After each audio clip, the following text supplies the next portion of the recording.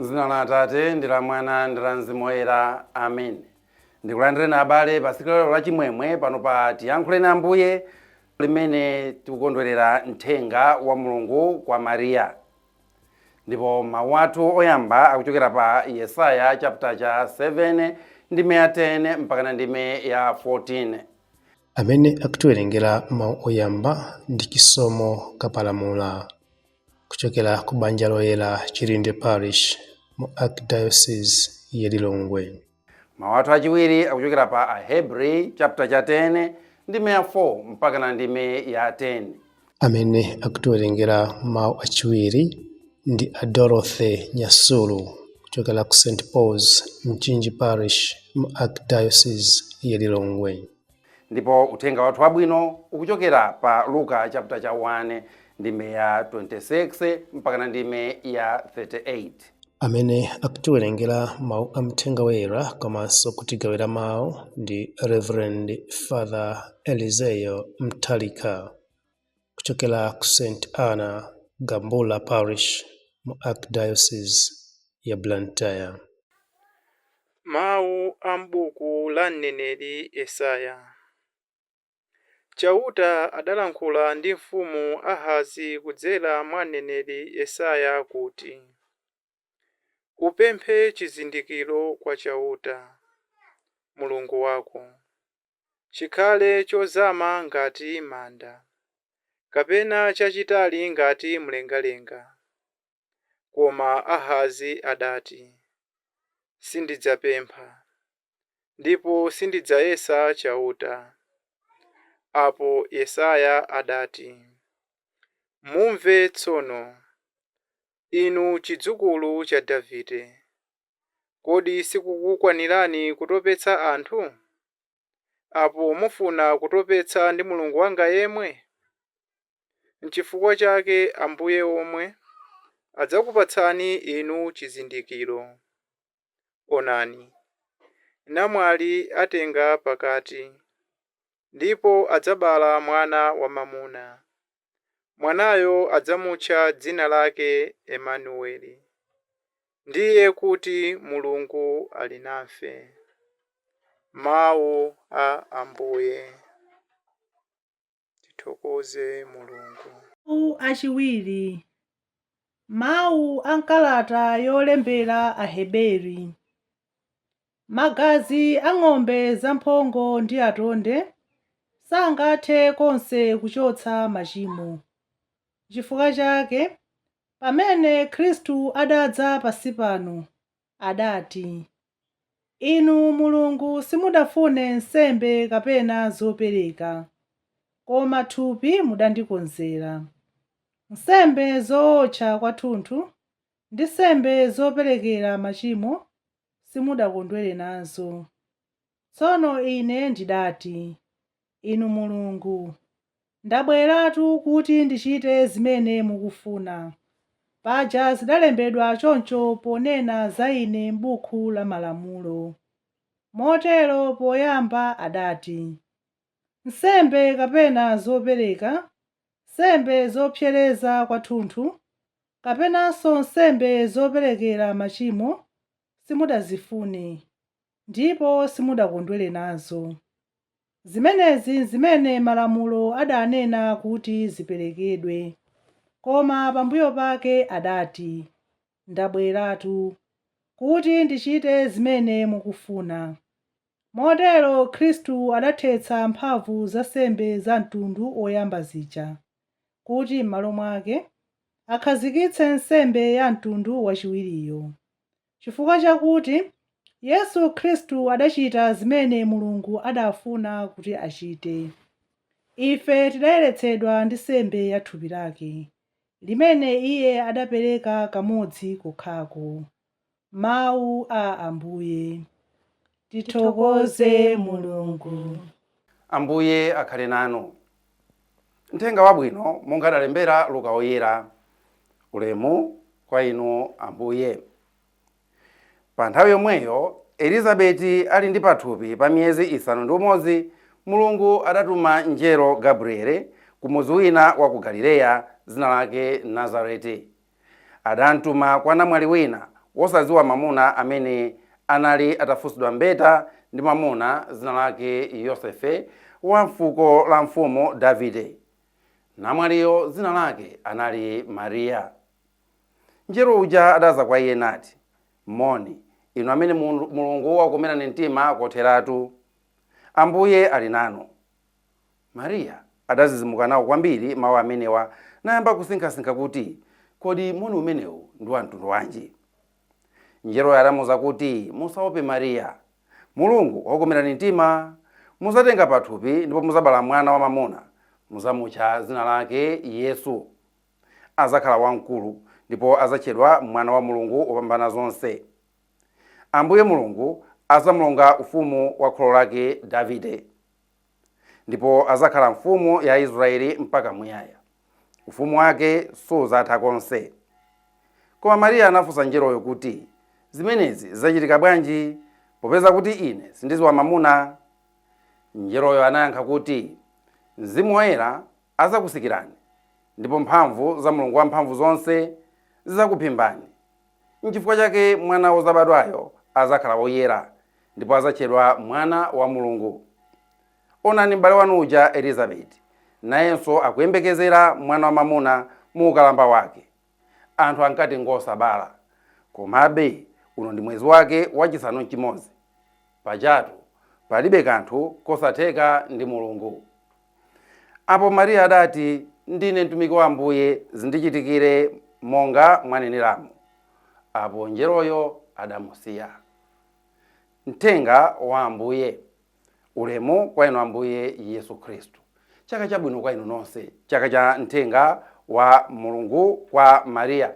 Ichi ndi chaka chimene timakondwerera tsiku limene Mariya anamva kuti mukhala ndi pathupi. Ndipo leroli uno ndi Marichi, mukawerengera kuchokera pano ukafika Disemba, mpingo unapanga kuti ndi miyezi 9. Miyezi yokwanira kuti mwana akhale m'mimba mwa amayi ake kenako azabadwe pa 25 Disemba. Phunziro lathu loyamba ndafuna kuti tilitenge limeneli, kuti chifukwa chani mpingo unapanga zimenezo. Mpingo unapanga zimenezo chifukwa kuti mpingo wathu umafuna uziyandikana ndi mmene Mulungu analengera zinthu. Chifukwa umakhulupirira kuti Mulungu amagwira ntchito kudzera mu kalendala yake. Choncho ifeyo kalendala yathu inapangidwa mosatana ndi kalendala ya Mulungu mwini wake. Ncholinga choona kuti Mulungu mayankho ake, mapemphero athu azitha kuwapereka kudzera mu kalendala yathu imeneyi. Nchifukwa chake ngakhale inunso mukamapanga zinthu zanu, taziyang'anani ku kalendala ya mpingo, kuna kuti kalendala imeneyi kuti chani. Madaliso amene amayenda limodzi ndi kalendala imeneyi muzalandira ngati inuyo kalendala imeneyi mutakhale nayo serious. Lero pamene kunena kuti Ambuye akupereka uthenga kwa Mariya, chimodzi chimenenso ndafuna kuti inu ndi ine tichiyang'ane ndi ichi. Kodi kukangana ndi Mulungu, kapena kusinthana mawu ndi Mulungu, kapena kukhala ngati kuti ukumuyesa Mulungu, ndi chinthu chabwino? Mawu athu oyamba, Ahazi atawuzidwa kunena kuti upemphe chizindikiro kwa Mulungu, choti zimene ndikukuza zinzoona, zoti usakamenyane nkhondo ndi awo. Ahazi akuti ulemu anakana kuti sindikufuna kulimbana ndi Mulungu, sindikufuna kumuyesa Mulungu. Zimene onena Ahazi pamaso zikuoneka ngati kuti zinthu za munthu amene amamkonda Mulungu, amamulemekeza, safuna kunena kuti aphulepo mawu. Zili ngati wantchito amene ali ndi abwana ake ndipo sangathe kuwauza china chilichonse. Otakha kuti kuti china chake sichikuyenda bwino apo, sangathe kuwazuzula. Iye ndi wantchito ali ndi ulemu kwambiri. Wantchito amene ndi osiyana ndi wantchito wa Naamani, amene abwana ake atanena kuti uyu akuti ndikakubuze mu mtsinje sindikufuna. Wantchito anabwera kuzana kuti abwana, inuyo kodi akupemphani chovuta, bwanji mungopita mukakubuze. Wantchito wa mtundu chani? Akanakhala ena akanena kuti wantchito iweyo ndi wamwano, ndipo akanamuchosa ntchito. Akanamuchosa ntchito. Ahazi akutenga ulemu wake umenewo, ona kuti Mulungu sangawiringule pamaso pake, Mulungu sanganene chilichonse pamaso pake. ndiye mupite kwa mayi Mariya. Wauzidwa kunena kuti muzakhala ndi pathupi ndipo muzabala mwana. Mariya wagundika kufunsa mafunso. Zachitika bwanji? Mafunso omwewa muona kuti winanso atafunsa Zakariya anakhala ngati walandira chibalo ndikubuza kuti uzakhala osayankhula. Komano tuzasiyana kuti kodi munthu ukamafunsa chinthu ukufunsa ncholinga cha mtundu chani. Chifukwa chani Mulungu sanampsere mtima Mariya atachuluka mafunso una kuti zachitika bwanji aine sindikumuziwa mamuna. Mariya pomafunsa mafunso amene aja amafunsa ncholinga chona kuti amvese plani ya Mulungu, kuti akalowa mu plani muja iye uja akhale player amene akulumikizana bwino ndi Mulungu. Mulungu amfotokozere bwinobwino plani ija, aiziwe bwinobwino plani ija. Ncholinga chona kuti iyeyo ngati mwini filimunso plani imene muja aziwe kuti akatenga mbali iti ndipo apange zinthu za mtundu chani. Sikuti amafunsa mafunso ncholinga chona kuti apandukire, Pamene Ahazi amafunsa mafunso saja makana zonse zachifuna kuti amafuna apange zake zimene mtima wake umafuna. N'chifukwa chake Mariya atangoimvesa plani ya Mulungu ija, atamfotokozera zimene akuyenera kuti aziziwe, Mariya sanachedwe. Ndine mtumiki wa Ambuye, zindichitikire monga mwene mwaneneramu. Nanga nkhani ngati imeneyi tingabwere nayo bwanji ku nyengo ino ya Lenti? Mu nyengo yathu ino ya Lenti, chimodzi chimene ifeyo tikufuna kupanga, takhala kunena wiki yonseyi, kuti Mulungu akufuna ubale. Mulungu akufuna umodzi, ife ndi azinzathu. Mulungu akufuna ubale. Chimene Mulungu akufuna ndichoti pangano limene Mulungu anapanga ndi ife tiliyasenso ngati moto. Ndiye mu pangano limene ngati mukumbukira mene ankapanga ndi Abraham, ine ndikhala Mulungu wanu, inu mukhala anthu anga. Ine ndizikutetezani, inu muzindimvera. Choncho ngati ufuna kuti tibwezerese ubale wathu ndi Mulungu, ife mbali yathu ndi chani? Kumvera. N'chifukwa chake mawu athu alero, kumvera kuli pasogolo. Ahazi sakufuna kumvera zimene Mulungu akumuwuza kuti apemphe chizindikiro. Koma amayi Mariya akumvera, akuti ndine mtumiki wa Ambuye, zindichitikire zimene inu mufuna. Ndipo mawu athu achiwiri akunena kuti munandipasa thupi ndi Ambuye, ndipo thupi langa lini malinyadira. Koma nsembe imene Mulungu mukufuna si ya thupi. Inu mukuziwa kuti Mlenti muno tikuzilanga. Mukuziwa kuti Mlenti muno tikugwira ntchito za chifundo. Mukuziwa kuti Mlenti muno tikupemphera, tikulapa. Koma zambiri zimene tikupangazi zikukhuza thupi lathuli. Kulanga thupi si chinthu chovutayi. Nsembe ya thupi si nsembe yovutayi. Anthu amakwera mapiri, anthu amazimana zokudya, anthu amapanga chani. Nsembe ya thupi si nsembe yovuta. Koma akuti ndabwera kudzachita kufuna kwanu. Nsembe imene Mulungu akuifuna ndi mtima woswanyika. Ndiye kuti chani? Mtima umene ukutha kulepa kufuna kwake. Palibe chinthu chovuta ngati kuti ugonjere kufuna kwa munthu wina wake. Iwe uli kufuna kwako apo, wina ali kufuna kwache pacha. Ngati anthu akumakanukana m'mabanjamo, nkhani yake sina iye, wasiti kugwirizana.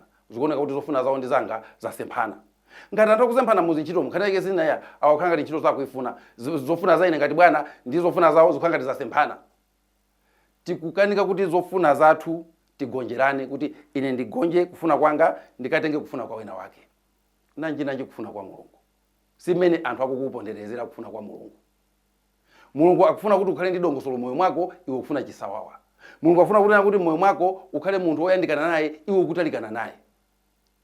Chifukwa ukufuna zimene ukufuna iwe zichitike.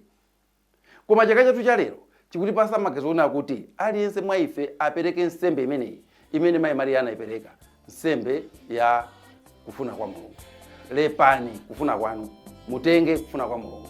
Lepani maplani anu, mutenge maplani a Mulungu. Koma ndiye khaya amene amaziwa kuti plani ya Mulungu ndiye ikulu kuposa plani yake.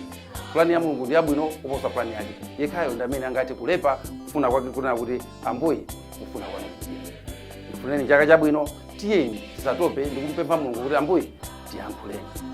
M'dzina la Atate ndi la Mwana ndi la Mzimu Woyera. Amen.